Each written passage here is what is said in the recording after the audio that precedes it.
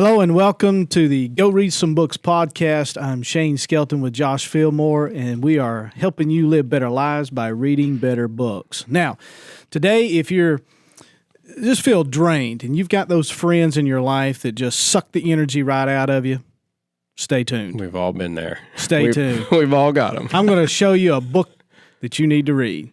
All right? Awesome.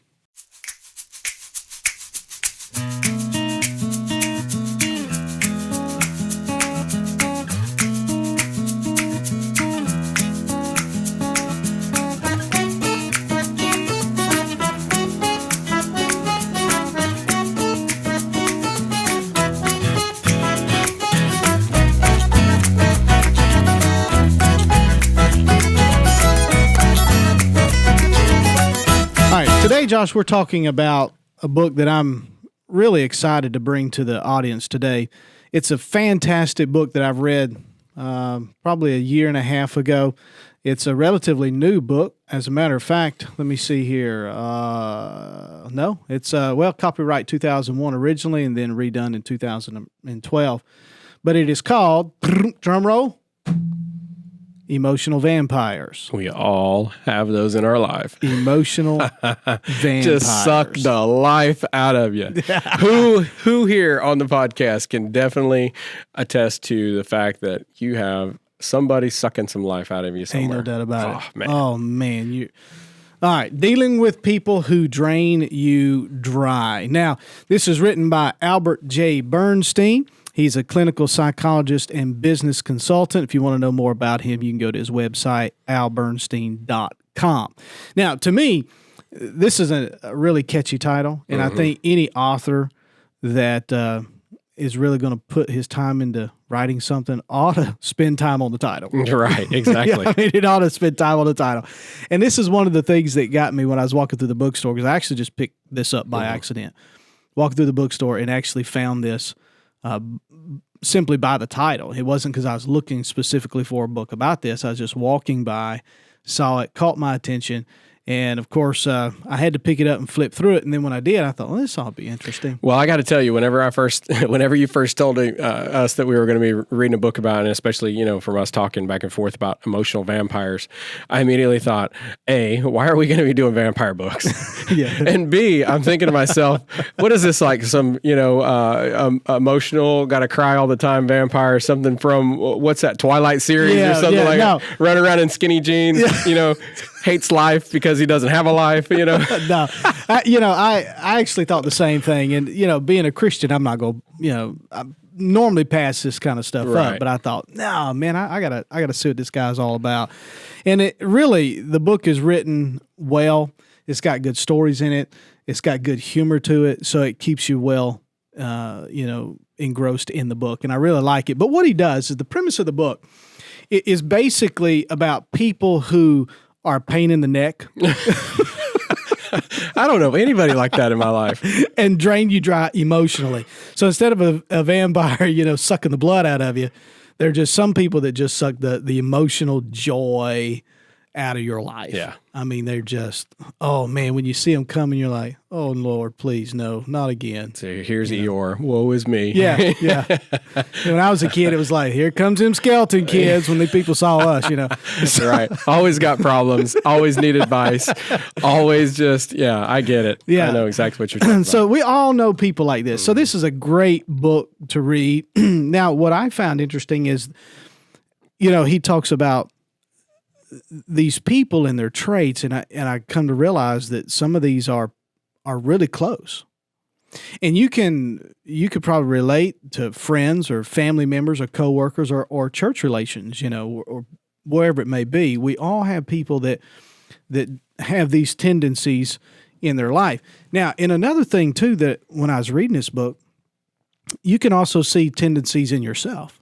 It's like, man, am I that kind of person? Am I actually draining the life out of people when they walk away from me? Are they thinking, man, I mean, I don't really like being around them? Or do I add something to their life that they want to be around me? They want to talk to me. They want to seek me out to say, hey, I enjoy your company and things like that. So it caused me to do some inspection of my own heart, my own life, and to see if I'm a pain in the neck. It's a vampire. I'm sucking the life out of everybody. Now, emotional vampires, the author talks about how this is what psychologists really call personality disorders. I don't know if everybody has a personality disorder, whatever that means. I mean, everybody's going to lean one way or the other. Nobody has a perfect personality unless it's me, of course. Right. Well, I immediately thought of myself, but I guess we're going to have to share that title. So, everybody's strange but me. Everybody's weird but me. That's right. We're the only normal people in the world. But everybody has some sort of trait that may lean one way or the other. And the book is not necessarily saying that just because you may tend to have one of these traits and you lean one way or the other, that you're all bad. Mm-hmm. And that's something that we need to, understand. Right. Because we tend to think if we fall into one of these categories that, our life's worthless and, whatever. But that's not what he's talking about. And actually, he gives the good traits, or the good things that could come out of that personality trait, as well as the bad things. And so if you fall into one of these categories, don't be discouraged. There are some good things in your life that can come from it. Don't go start tying rope. Yeah, right. That's right. Right. Exactly. But now the author describes 5 different personality traits. There are more. Now I've read several books on personality traits and things of that nature, but so I know there's more. But he gives 5 of the main ones that you can look for. And then he goes into further detail in the book about these. And, we'll just briefly go through the 5 and then they can, read the book for further study. But the first personality trait they talked about being an emotional vampire is those antisocial vampires. That was immediately what I thought about, is those people that they're like recluses. They just pull themselves away from society altogether. And that kind of went to when we told me the title, that was my first envision was, some young kid, black fingernails, wearing a hoodie the whole time, doesn't want to talk to nobody, stays in the shadows, Yeah, that's what your first thought goes to when you hear the title antisocial, but really that's not what he's talking about. And as you read it, you understand what he's describing here. When he says antisocial vampire, what he's really meaning is these people that are really addicted to excitement. Mm-hmm. Antisocial being the fact that they don't know where the social protocol is. Very interesting. Not what I thought that No, meant. It's not. They don't know where the boundary is. So they're addicted to sex, drugs, and rock and roll. I mean, it's just 100% wide open, and you got to keep up. Right. And you met them, I've met them. Mm-hmm. It's a party with them all the time. And at first that's exciting. Mm-hmm. You don't want to be around people that are just blah. Yeah. I mean, those are, immediately, thinking back from when I was in school, I mean, those were like the cool kids. Those are the guys that you wanted to hang out with. They're always having fun. They're always, into trouble, so to speak, it's, but they're the highlight. Happened to my microphone. I don't know. I said high life, and the takes off microphone on me. Took a high road. Yeah, right. So I mean, these are the type people that the author calls a Ferrari in a Toyota world. Gotcha. I mean, they're just wide open, and everybody loves that, and they got high energy and all that. But after a while, for you, it's draining. Yeah, because you're not going to be able to keep up. Right. And I mean, it's a party all the time, and it's wide open. Go get it, go get it, go get it. Now, with that being said, if you could take, the good thing about it is they do have a lot of energy. Mm-hmm. So as a friend or maybe a leader in my case, if you could take that energy and channel it for the good, and move them in a direction that they need to go, it's very profitable. Mm-hmm. They can move the world, with those type personalities. Things get done. But at the same time, if you're not aware of that, it's every weekend, it's every day, it's every night. Hey man, let's go do this. Let's go do that. Let's, be involved with this. So they're antisocial in the fact that they don't know where the boundaries are. They're clueless to social protocol, social rules, and they don't know where the boundary is. So that's the first one. They're exciting, but you can't keep up. And so, those type of people that, and I've noticed that and it all goes to the focus, because I've noticed that those types of friends that I've had in the past, they're great, but they're not reliable. You know, you can't count on them for anything. Well, you know, and the reason for that, and I don't know if it, and I say that if they're not channeled properly, and I think that's the part of the problem with it, is because they're so wide open, they cannot focus on what needs to be done. So they do all of it at one time. Yeah. You know, and then they're so overwhelmed and so bogged down that, you know, if you ask them, hey man, can you help me come, you know, do such and such? And they're like, oh, I ain't got time for that. Like I'm doing this, I'm doing that. And gotcha. You know, and they're, so that was one of the things that I noticed with a lot of people that I used to associate with that were like that, is that they're draining because they're never there to help you if you ever do need help. And then when they do, you can't keep up. You know what I'm saying? Can't keep up. The author says this great line. I love it. He says, without antisocial vampires, there would be no country and Western music. He said, when you see them coming, hold on to your heart and hide your wallet. That's right. And I think that's just Why priceless. does Kenny Chesney come to mind with that? Know. Maybe, I don't know. Sorry if he's listening, by the way. Yeah. So antisocials, that's number one. Then the second is the histrionic vampires. Now, histrionic basically means dramatic. Overly dramatic. Yeah. You know. Twilight. Well, the Twilight. That may be. But, I mean, these are the type of people that basically live for attention, and they live for approval. They have to have your approval. But they're the type people that keep the pot stirred. I mean, they want something going on all the time. They love conflict. I mean, as a pastor, I know how that works. There are people that just love to keep things stirred up, but they're not just in the church, but they're in the business world. They're in your home. They're in your social network. So they're just the dramatic people. They just everything's a production with them. Mm-hmm. They're just overly dramatic, and they love drama. And if you try to call them out on it, oh man, that's a production in itself. Then you're the enemy. And so the best thing to do, you know, in my opinion, is, you know, when you have somebody like that, you love them where they are. You try to, you know, minister to them as much as you can. You be a friend to them. But at the same time, don't tell them anything you don't want to be on Facebook. Right. Yeah. All right. Yeah. You know. Because that's where everything goes. Yeah. Your secret's safe from me and all my 600 Facebook friends. Right. So I mean, it's that's the way it is. Right. I mean, they just love to keep things stirred up, and we all have that. And they'll just suck you dry. Yeah. Suck you dry of all your emotions, and you don't have anything left. So that's a great chapter to read on. And now, does that dive into really how to handle those friends? It does. It gives you. I think that's where Bernstein really shines. Is he helps you understand what to do in those situations and how to avoid them. And he tells stories about situations that involve that particular characteristic trait, and the stories are all relatable and they're fantastic. So it tells you how to deal with them. Some people you just can't. You have to walk away. I mean, that you just got to know when to dust the dirt off your feet and walk away. And then, you know, there are sometimes that they're just part of our life and we can't. We have to know how to deal with them. Right. Yeah.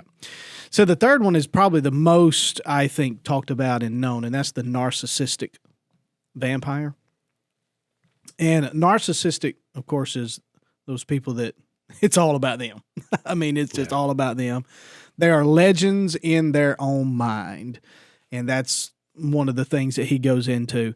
A narcissist is somebody that you know, they have to win. They have to be on top. They have to be number one in all that they do. You can't compete with a narcissist. Mm-hmm. You just can't. You can't argue with a narcissist. They never do anything that's not self-serving. And so the way to deal with them is if they can help you in your interest, you can tie your wagon to them as long as your interest is being served and they're being served some way out of it. But apart from that, a narcissist they're hard to deal with. You know, never play Monopoly with them. Yeah. And if you're married to one, I can imagine how much of that struggle. Luckily, mine is, I probably couldn't ask for a better wife. My wife probably says I'm the narcissist in the relationship. That was what I was just thinking. I'm thinking to myself, my wife probably pinned me with that one. Yeah. So, but never expect a narcissist to actually like anything that they don't choose for themselves. Mm-hmm. And that's where it's draining, because say you got an idea and you have something that you want to get across, or you got a plan that you want to, whatever it may be, and you present it to them. A narcissist, their first reaction is, if they didn't come up with it, they don't like it. Yeah. I mean, it's never about, hey, that's a great idea, let's make it happen. What can I do? It's like, I don't like that. Right. I ain't gonna work. Yeah. We ain't never done it that way. We ain't never gonna do it that way. Yeah. And the problem is I feel like with those type of people, you probably don't want their help no way. You know what I'm saying? Well, now to be fair, the world don't move without narcissists. True. And not only does this author talk about that, I've seen that in life played out. Mm-hmm. They're the movers and shakers, because they don't care what you think. Right. They're gonna move heaven and earth if they have to, and they're the ones that gets the job done.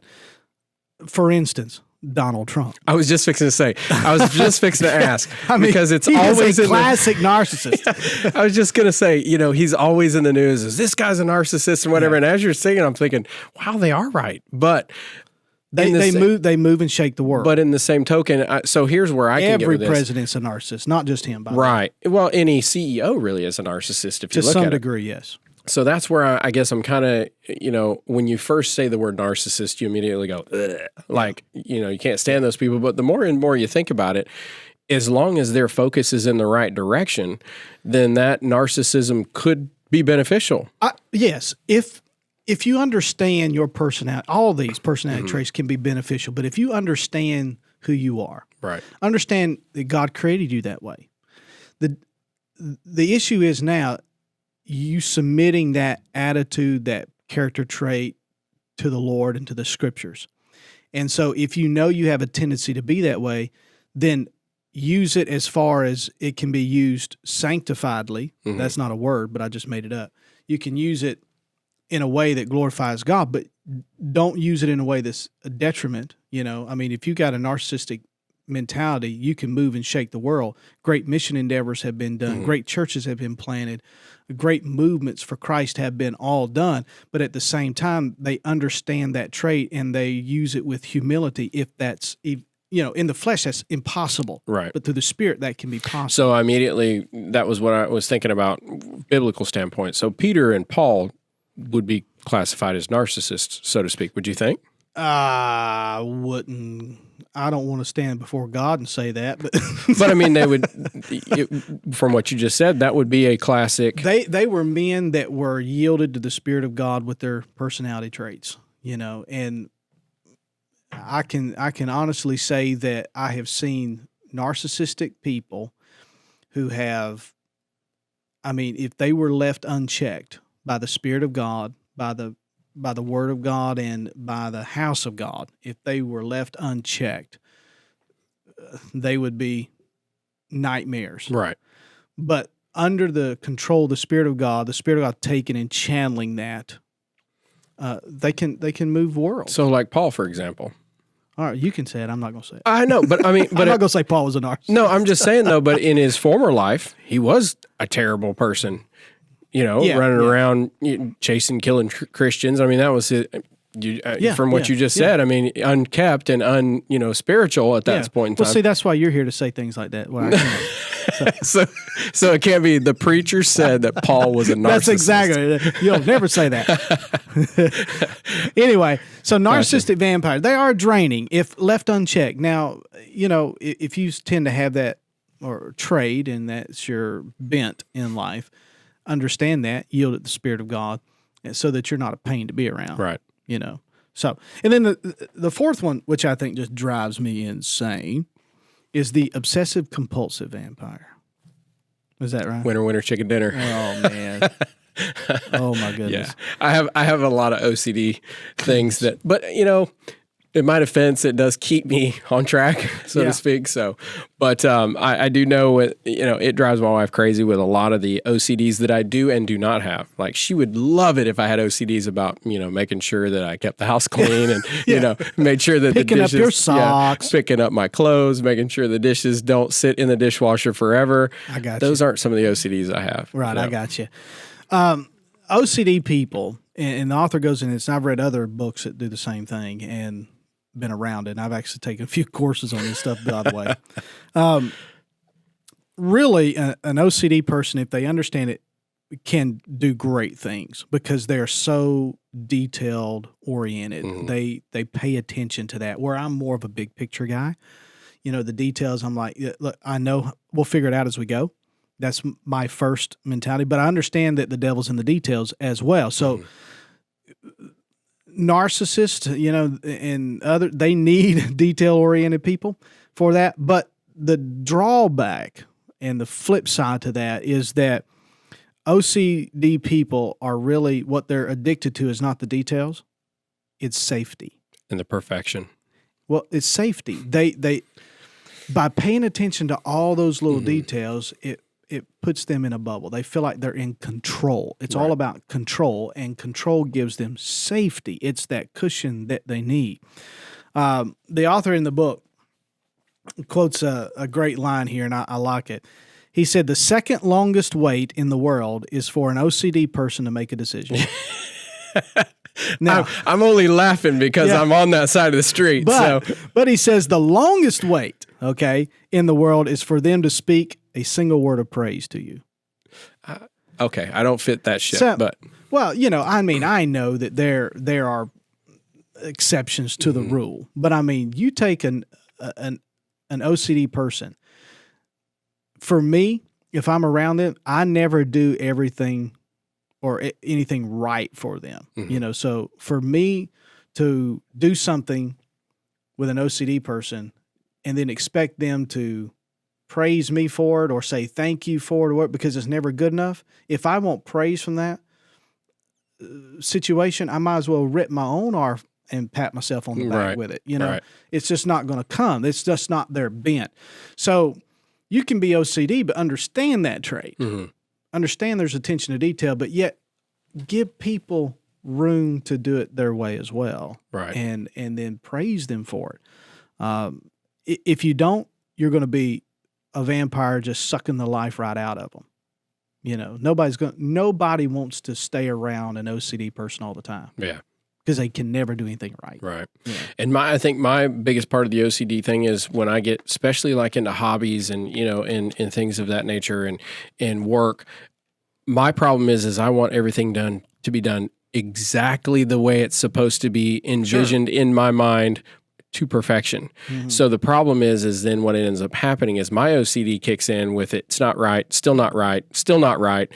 And then I get bogged down in work because it's never good enough, so to speak. It's that analysis with paralysis or paralysis with analysis analogy, that it's never good enough to be able to be delivered and be, put out, for everybody to see because it's still not ready, Right. And that's what I think. But to the majority of the world, it doesn't matter. And that's what my wife keeps telling me. She's like, just do it. Just get it out there. Just do it, and it's like. But for the rest of the world waiting on that, it's like,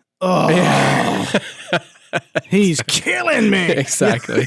So you have to understand. The whole world's not that way. Right. But yet OCD people are very valuable in the fact that they pay attention to things we don't. And if I didn't have people in my life that did that, I'd be in trouble. Right. So I think all of them, they're good and bad, and you can see yourself in a lot of them. But the fifth one is this. And this is the paranoid vampire. The paranoid vampire. And these are the people that believe that everybody is against them.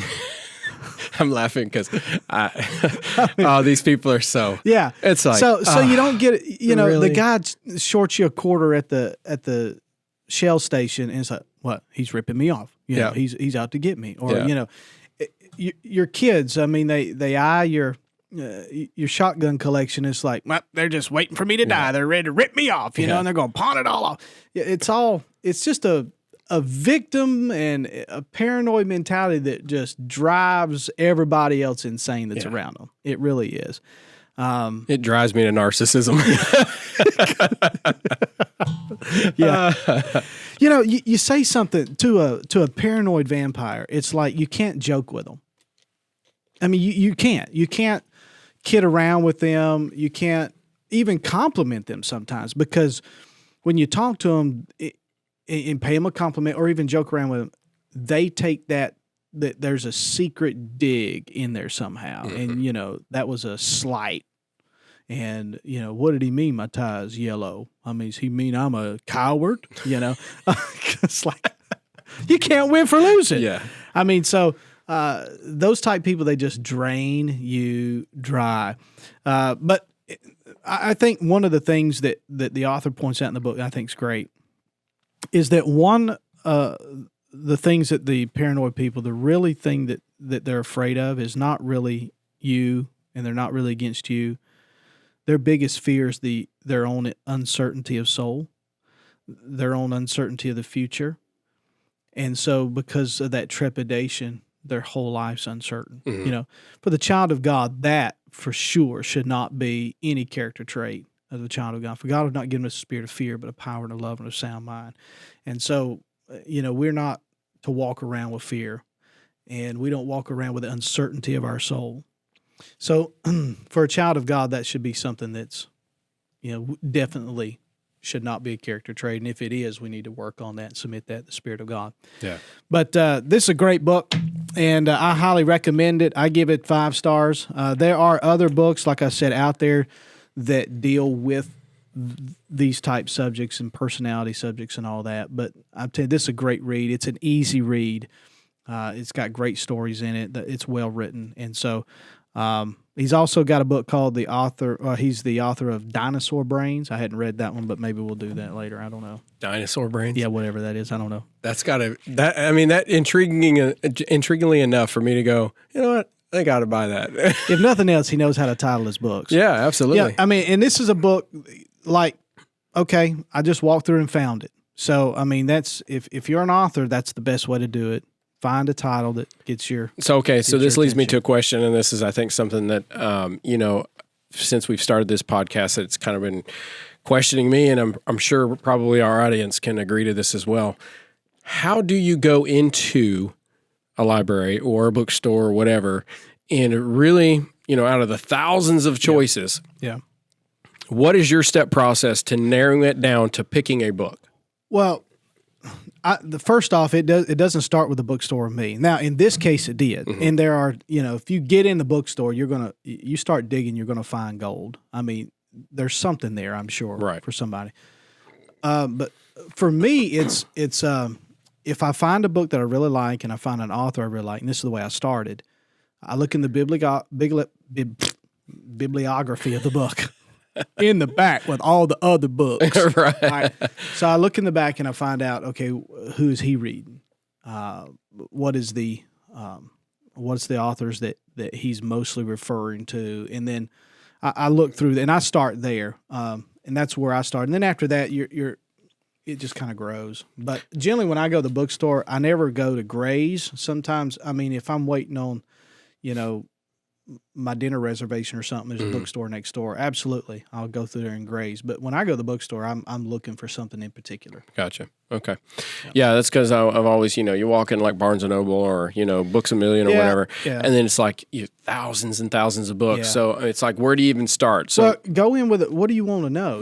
Are you looking at leadership? Are you looking at social sciences? Are you looking at biographies or whatever? I tend to have a plan before I go. Gotcha. You know, grazing is something that a lot of people do, but I just don't. I know what I want when I go in, you know.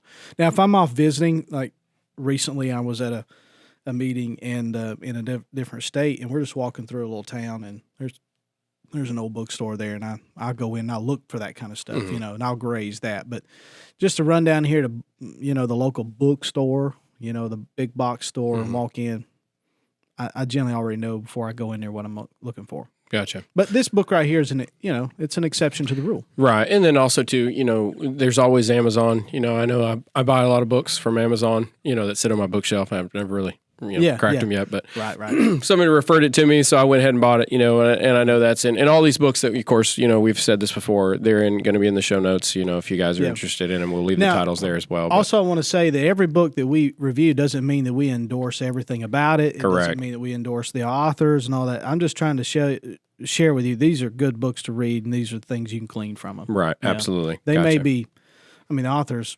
Oh, I'm pretty sure we're probably going to get into some books we're going to be like, yeah, this is garbage. Don't, Oh, yeah. I know that there's a couple of books already on my shelf that we're going to review, and then we're going to be like, yeah, this is garbage. Don't. Yeah, I had a fella hand me one the other day, said, will you review this book? And I looked at it and I said, that's certainly garbage. I don't even have to read it. And I can tell you right now it's garbage. Yeah. So anyway, all right, that's it for today's show. You guys are watching us on YouTube. Be sure to hit that like button if you liked it. Hit the dislike if you didn't. That way it kind of gives us an idea on which way to take this channel. But if you haven't subscribed, please do so. It does help out. We are also on all the social media outlets, Facebook, Instagram, Twitter. All go read some books. That's the at name. And we are going to wrap this up. Anything else you want to add before we go? Nope. Go read some books. Go read some books. That's it. That's number 002 in the books.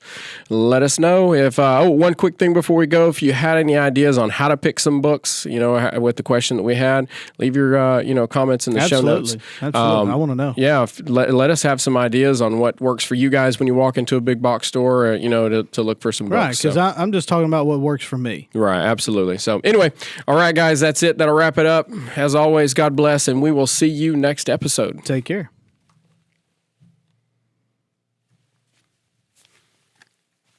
I like it. Yeah, it was good. What